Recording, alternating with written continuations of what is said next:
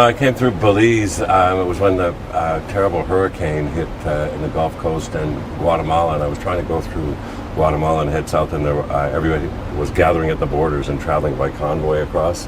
And I thought, okay, if things have gotten that hard, I'll turn around and go the other way. But one thing you did develop in that time was an absolute love for motorcycles. Yeah. And I know that you drive your manager crazy because you like to ride your motorcycle between every Well, gig. after all these years, it's one part of the tour that really keeps me interested and challenged. So when I get the itinerary, I'm not so much looking at the shows as the days off. Oh, I can go there and there. Because this country, the back roads and small towns of this country are endless source of fascination. Just every tour I discovered, this tour for some reason Arkansas, because our itinerary goes a different way every time, of course, following the dartboard of itineraries. But I happened to cross Arkansas 2 or 3 times, and it's my new discovery this tour, how beautiful the motorcycling roads are in Arkansas. Last tour it was Pennsylvania, the tour before that Virginia. What is it about the motorcycle that draws you to it to the point where you won't fly with these guys? I mean, as handsome and lovely as they are, you don't want to travel Glad you with put them. that in there. you take your motorcycle. Yeah, well, it's just like I said, for me, challenge and enjoyment, and a way to make touring much more enjoyable. So you guys are pushing 60 now. 57 years old. I would just say turned. late 40s. It's 4017 Late middle age. last month. Well, 50s, the I late hate- 50s is the new late 40s. Yeah. right? I hate to break it to you from a guy who's in his early 50s. You guys are beginning to get close to that magic number. Just turned 57, just turned 58.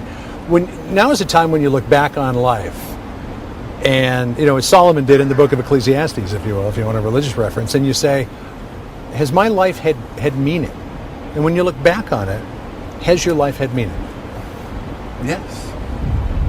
And what is that? We've been busy anyway. Yeah.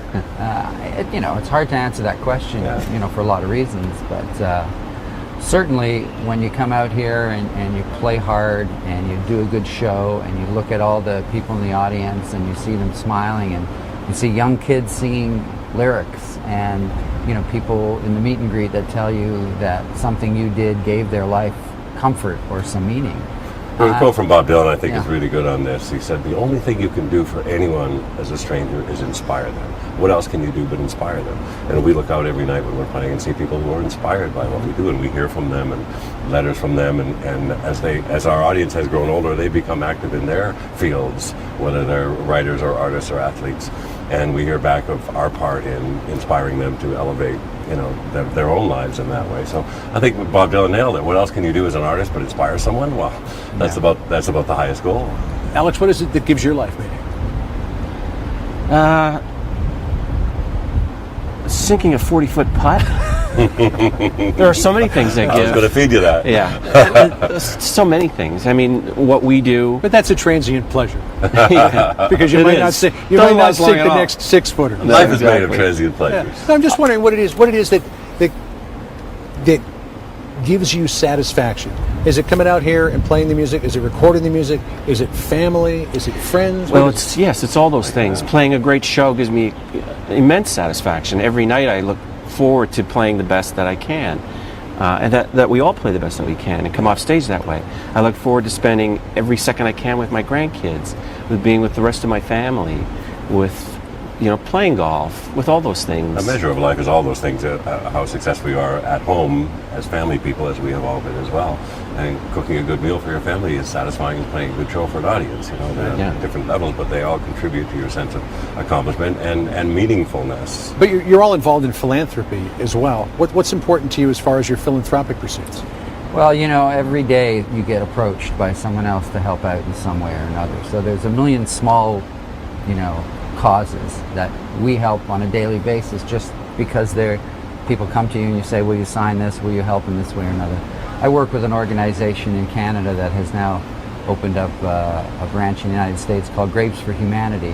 And we began by raising money for landmine victims around the world. And that's been very gratifying for me, and it's expanded into just helping people in need, period. So for someone of any kind of celebrity, if you want to help, there are myriad ways to help. You just have to want to do it. And find the personal ways too. I got a letter from a cause in South Africa that I contribute where you build houses. For $1,000 you can build a house for somebody who lives in one of the projects in South Africa. And this big picture of this family in their new little wooden house holding up, thank you, Neil. You know, and you see this family, the first house they've ever had, and it was so. And took how are so you little struck to by make that? Well, that's gratification. That's meaning. If that isn't meaning in life, to have improved someone else's from living in a cardboard box to building them a house, you know, and then a picture of them smiling with a sign made in crayon, thank you, Neil. I mean, that's a beautiful small example of having made a change that can only make you feel good. And Alec, what's an important way for you to give back? I mean, you have achieved so much success. Life has given you so many things. How do you give back? Well, for me, I got involved with Casey House in Toronto, which is an AIDS hospice. Someone very close to me died recently, and he was very well taken care of there. And it really struck me how hard they work and how limited their resources are and how much help they need to do the work that they do. So I did not only financial assistance, but I played at an event that they had at Casey House, and I stay in touch, and I continue at Christmas time. My wife and I go down. We bake stuff for all the residents there. So there's lots of ways to do it. That's great. I want to pull a little blast from the past if I could. This was 1981. Moving Pictures had just come out, and Getty, you and I sat down in Toronto and talked about it. Here's the video. On Vital Signs, we see Rush again using a little bit of reggae, something that started with the spirit of radio. How big an influence is that becoming in your music? Well, yeah, I think it's a real positive kind of music, you know, reggae music. Especially the way it's been sort of melded into rock music, the way it is, like the Police and various groups. You got bangs. Who is that kid? Smoking a smoke back then. Oh my! Wow. Going underneath the desk. I saw that on camera. That's me. You and I look exactly the same. No, How we is haven't that changed. possible? Time trickers. Gives you the feeling that it's... Look at those glasses eating my entire face. One of the most Many amazing ways. One of the most amazing things about that is you had a cigarette going I know. underneath the Yeah. desk at the time. Imagine. Yeah. Can you imagine? Shocking. Those days are long gone for me. Yeah. I can't remember when I quit, but it was, I think in 1982 is when I quit smoking. You guys make a point of staying healthy? I do. Yeah, I do. Yeah, we work hard at it. Yeah, very hard. It's like the older you get, the harder it is to keep doing what you did 10 years earlier. So you have to work twice as hard to stay in the shape Absolutely. that you Yeah. can still do it. If you don't prepare for a tour, not just your fingers, but your body, Yeah. you'll never survive this ground. I mean, we play almost 3 hours a night, and it's hard. And at the end of it, you're tired. Well, you joke that Neil rehearses to rehearse, right? Oh yeah, You're meticulous about I started the 2 whole- months before, and even in the off season, as it were, cross country skiing, long distance swimming, weights, and it's built up since my 20s. Really, I started building that fitness stamina that came out of drumming, because I compared 3 hours of drumming with this band is like running a marathon and solving equations at the same time. So it needs that level of preparation, or I won't be able to do it simply. Yeah, that's part of the attraction in a way, Yeah. strangely, is that how difficult it is to do the show.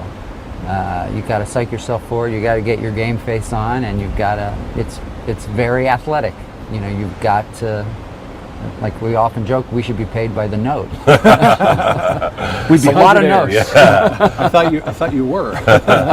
When you look back at that old interview, do you feel the same about the things that you were saying back then, the direction that you were going in? When I see an old interview with myself, I'm struck by my naivete sometimes, but also how in some ways I still agree with myself back then.